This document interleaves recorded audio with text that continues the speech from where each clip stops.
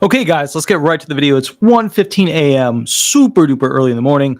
Let's get right to it. Please remember to use the like button. Don't be stingy with the like finger. Let's get right to it. These are the 5 statements where they're really actually questions that a disability judge will ask when they're curious about something. And this can arise in many ways. Could be something from the record, could be something that you said earlier, could be something that you just said. Judges are famous for circling back to things. So one thing that the judge will do is they'll go ahead and ask some questions, have the attorney ask questions, and then they'll go back and ask additional questions. It's the circling back, which usually gets a lot of claimants in trouble. But let's get right to this real quick. Here is question number 1. Did you quit that job with the intent to stop working? Once again, did you quit that job with the intent to stop working? Well, we know that this question could kill a disability claim. We also know that it helps define whether or not you had a plan to manipulate your vocational timeline. We also know that it helps the judge understand what tactics you could be using to get terminated or create a, have to quit environment or get laid off environment. We also know that it helps the judge understand the level of preparedness you had with your education on the inner workings of the disability benefit program. We also know that it helps the judge basically, kind of follow up with tough questions like this. Is there any job that you think you could do in the national economy, right? So imagine your first question, right? First one right here. Did you quit that job with the intent to stop working? And then you had a follow-up over here. Okay, so is there any job that you think you could do in the national economy? Now that's a saucy, albeit spicy, back-to-back, like a peanut buttery and jelly sandwich that has salt on a buttered cheese bun situation. Because no matter which way you go, it tells the judge something that is incredibly important to the claim. Now let's get to number 2. Why did your family require you to leave their home? That's a tough question to answer because there's usually not a lot of great answers with it. This tells the judge a lot more about who you are outside of the courtroom. Are you doing things that your family would disapprove of? Is your family the type of folk who would kick you out just because? Or are they the loving, sweet parent type who essentially chance after chance gave you the option to do the right thing and you just kept making the wrong choices? And then the judge is probably asking, did you live in a separate area, like a removed room, garage, or separate building on the property? How close were you to these other family members? Were any police reports filed against you in the process of showing abnormal behavior or theft, damage of property? Okay. Question number 3. Remember to hit that like button. Don't be stingy with it. Here we go. Did you realize that what would happen before you made that action, before you committed to that action? So did you realize that this would equate to this? That's a good question because judges, as part of listing level analysis, have to see if you as a person understand the outcomes or the consequences of your actions. A lot of people don't.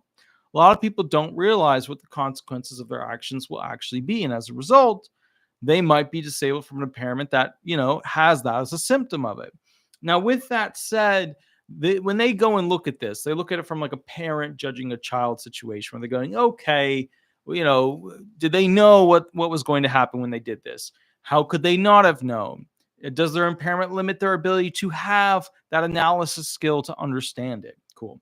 Question number 4, why did your behavior improve once you had separated from that person? Okay, so this is a trick question. It's smooth as silk through butter. It really is. It is flammable, so watch out. Could be your husband, could be your girlfriend, my whoever was bad for me person, right? Your fire, their water, boom. This is the person we're talking about. They were a bad influence on you, essentially. And, now you're not in a place where you're doing those same things again. And you just admitted to the judge that, your impairments, especially in the mental category, had significantly improved, right? As a result of getting rid of this other person. Now, think I'm wrong about this situation where you've just told the judge that when you got rid of this person, your life was easier, it was better, you're doing better now, therefore you're not severe anymore. Maybe you're just moderate, maybe you're just mild. Think I'm wrong? So imagine if you're all of a sudden not having in your medical records interactions with your doctors, that you're no longer screaming, no longer yelling, no longer losing your temper on a weekly basis. So the question is, are you really that bad anymore? And that's what's so tricky about this question. Let's go back to it. Why did your behavior improve once you had separated from that person in your life? All of a sudden it calls into question of, was this person just a bad person causing you to have impairments, becoming worse and worse and worse? Or was this a situation where you have always been that bad and this person just made it worse? Okay. So you've always been severe and now they made you extreme. Cool. Final question before we go to the next video. When do you believe you feel better during the week? Now, remember with this question, how you said on a form that you have good days and bad days, like classic response. I have good days and I have bad days, right? Classic thing. Well, this is the judge's counter question or the counter move on the chessboard, which is, when do you believe you feel better during the week? Think about it this way. If the judge can solidify when you are getting better, he can also, or she can also figure out why in those moments you are good versus bad. Some of you think this is simple. It's not. I know there's always somebody in the comments that's like, I can get disability by closing my eyes and clicking my heels and poof, I've got it. There's always some snarky little brat in the comments or the chat section that's like, I don't need nobody and I'm perfect. And I always look at those when I was starting the firm off and I saw stuff like that, I would be like, oh, this person is just outrageous. How dare they be so just removed and, absolutely absurd. And now I've realized they're just mentally unsound. Like literally they're mentally unsound. They live in a foreign place not known as America. They live in a place of their own creation where everything is wonderful except for when they're not happy. And that's the reality we deal with. So think about it. If the judge can solidify when you are getting better, he can also figure out why in those moments you are good versus bad. Okay. So imagine you're getting better later in the day. That's what you make your testimony as. Usually after resting, right? Okay. Usually after watching TV while no one is home. Well, maybe you feel better when not around others, or you just want to be away from people so you're not bothered while watching your shows. But let's be fair here. A large chunk of the disability pool would feel better watching TV while alone under a blanket with a doggy getting kisses and a chubby dog snuggle here and there, right? Okay. So what is it? Are you just a couch tater tots, or did you bake a potato of a way into a sedentary, relax at home all day lifestyle? Sure, you have pain, of course, but how much pain after that many pain pills, right? Until you've kind of gotten it down and taking your regular regimen of pain medication. Sure, the pain is reduced, but is it enough that you could do a simple job? Or would that be too much potato skin off your back kind of situation? Think about it. If you felt angry about a few zinging spuds comments that we're going through, then what is your answer about how to make yourself seem less of an embarrassed red potato as you try to answer this question on the spot with a federal judge?